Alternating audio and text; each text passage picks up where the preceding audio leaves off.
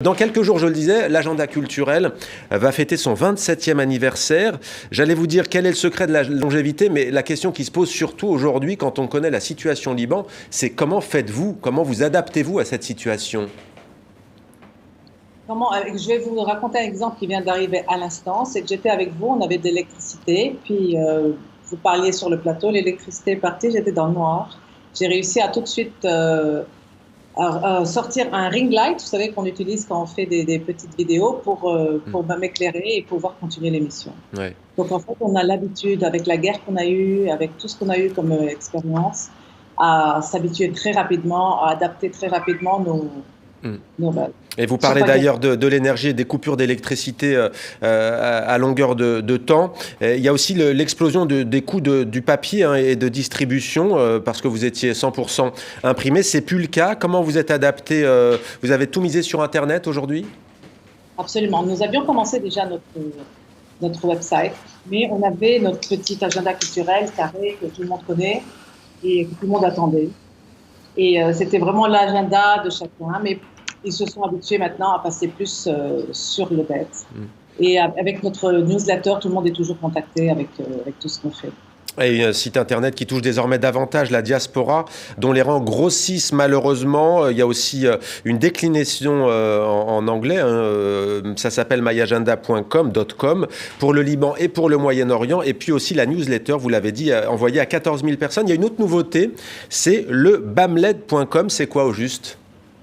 Ce sont des cartes qu'on a fait, j'en ai pas sur moi là, toutes les cartes du Liban pour les maisons d'hôtes, les musées, les vignobles. On a beaucoup de vignobles au Liban.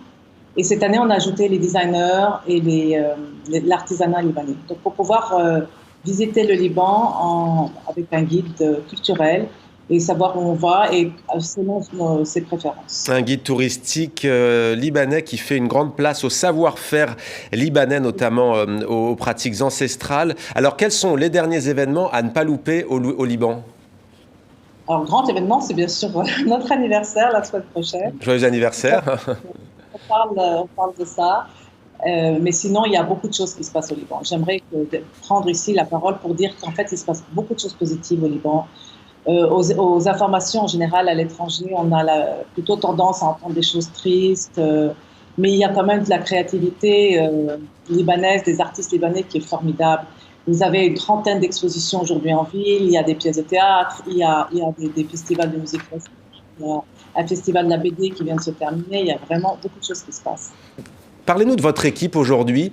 Est-ce que vous arrivez à rester motivé? On le disait, vous avez raison de dire qu'il faut bien entendu pas retenir seulement l'aspect négatif de ce qui se passe au Liban, mais est-ce que vous sentez toujours une motivation autour de vous pour continuer à parler de la scène culturelle libanaise?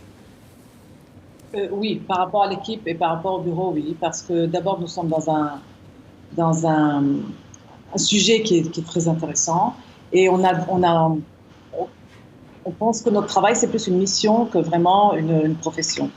Et donc, ça nous donne des ailes pour continuer à montrer le meilleur de ce qu'on fait au Liban, de ce que les artistes font. Et en fait, on trouve que c'est un privilège qu'on a d'avoir cette mission-là.